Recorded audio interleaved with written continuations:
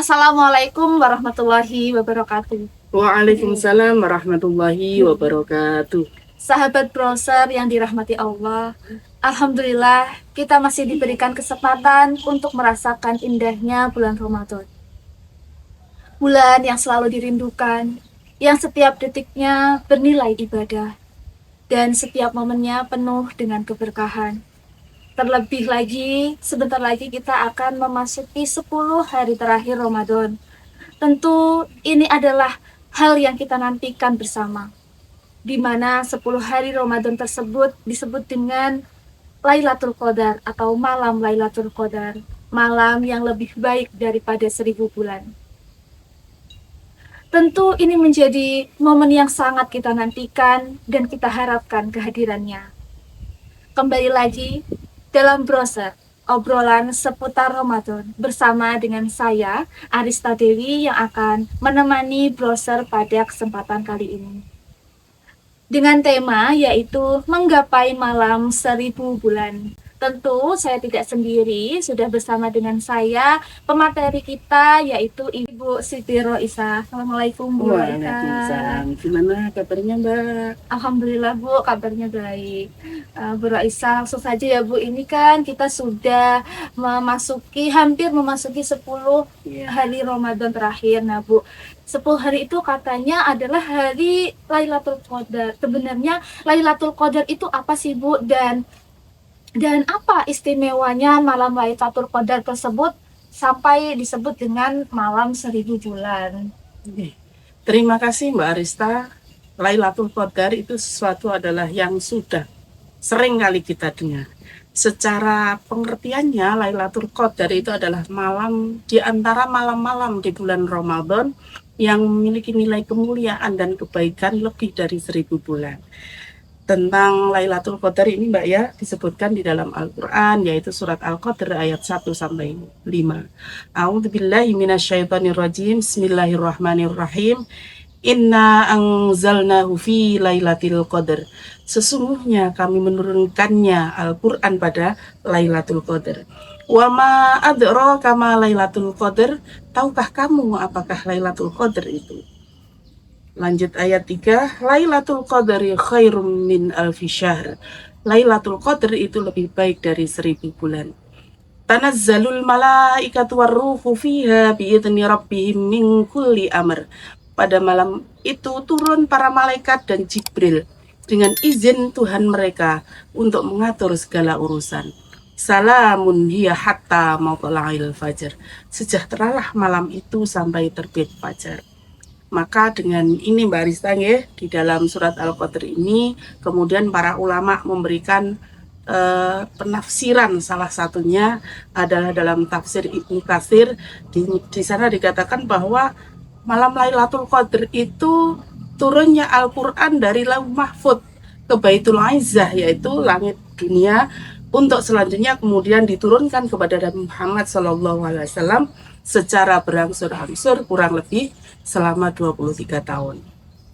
Kemudian dalam tafsir Jalalain juga dikemukakan yang dimaksud khairum min alfi syahr, lebih baik dari 1000 bulan, itu artinya bahwa amal ibadah yang dilakukan pada malam Lailatul Qadar itu memiliki nilai yang lebih mulia dari 1000 bulan.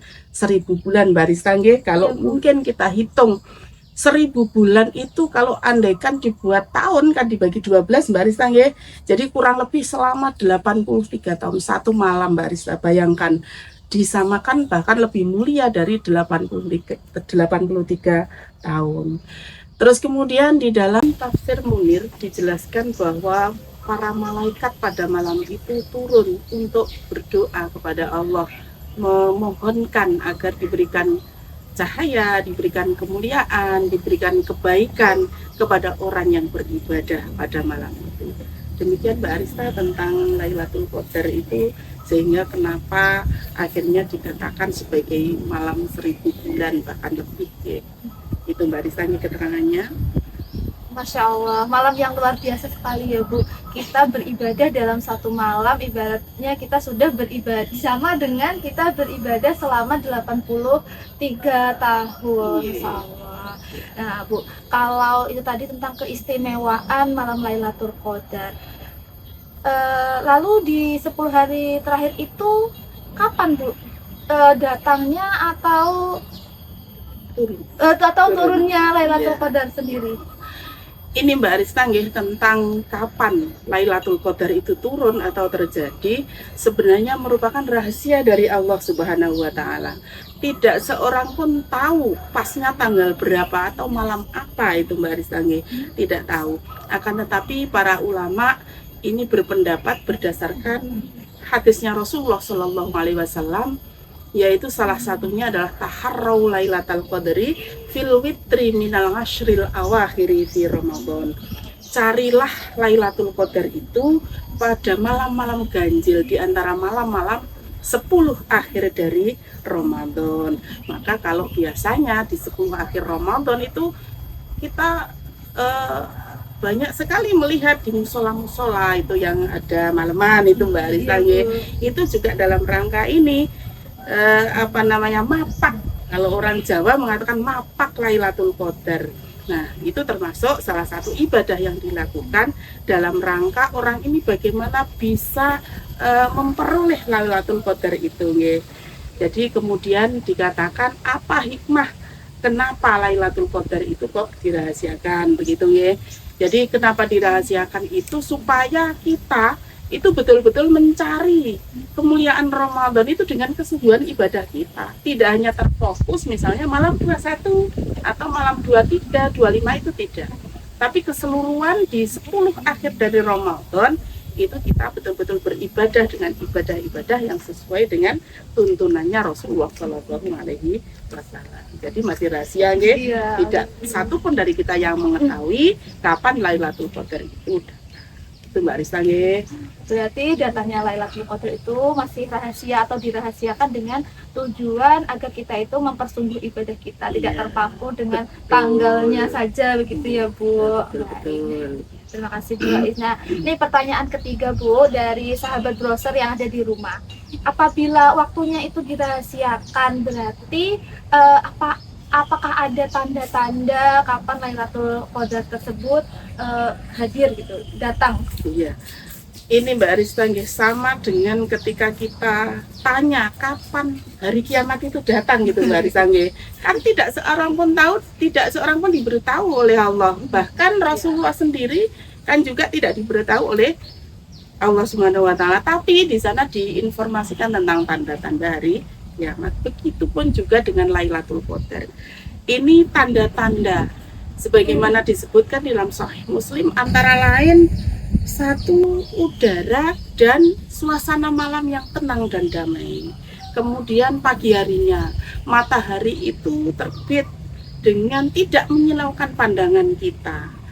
Terus juga dikemukakan di sana bintang itu tidak jatuh sehingga langit itu tampak cerah, Mbak Arista. Dan ada juga yang mengatakan bahwa malam itu sejuk, pada malam harinya sejuk, ya tidak panas, tidak dingin, jadi enak terasa oleh kita. Itu Mbak Arista tanda-tanda tentang datangnya Lailatul Qadar. Baik Bu Rois, setelah mengetahui kemuliaannya dan waktu yang dirahasiakan tadi, muncul pertanyaan penting dari saya dan mungkin juga dari teman-teman browser di rumah tentang bagaimana cara kita bisa benar-benar meraih keutamaan malam tersebut. Nah, untuk itu Bu Roisa, amalan apa ya Bu yang paling disarankan agar kita itu bisa meraih malam Lailatul Qadar tersebut? Amalan selanjutnya adalah memperbanyak doa kita kepada Allah sebagaimana diajarkan oleh Rasulullah kepada Sayyidah Aisyah radhiyallahu anha.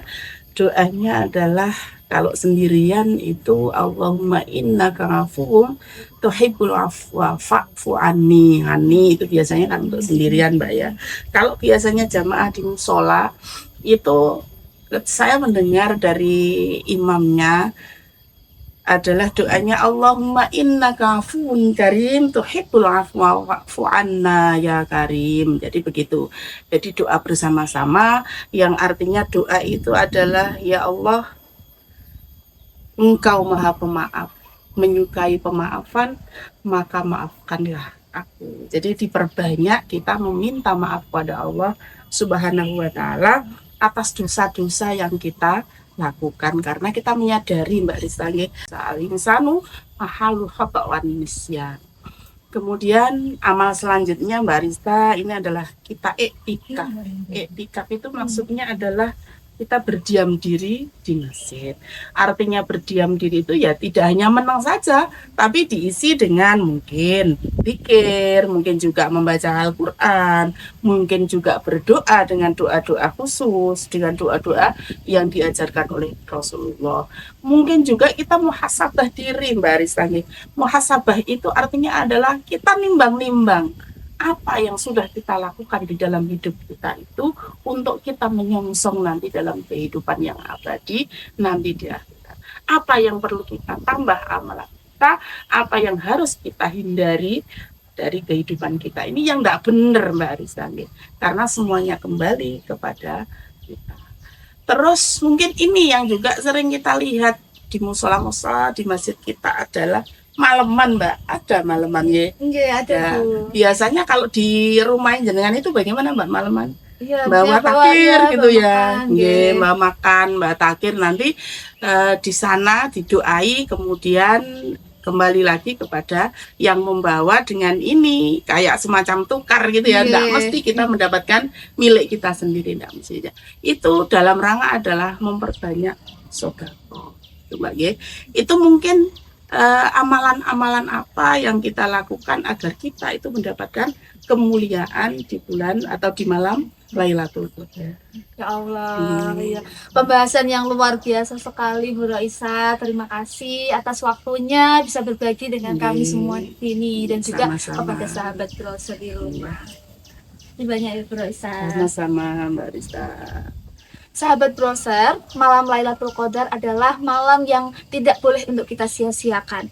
Tentunya dengan menonton episode kali ini, kita semakin semangat menghidupkan 10 hari terakhir Ramadan dengan beribadah. Dan juga semoga Allah senantiasa memberikan kita kesehatan agar kita bisa melakukan ibadah dengan baik.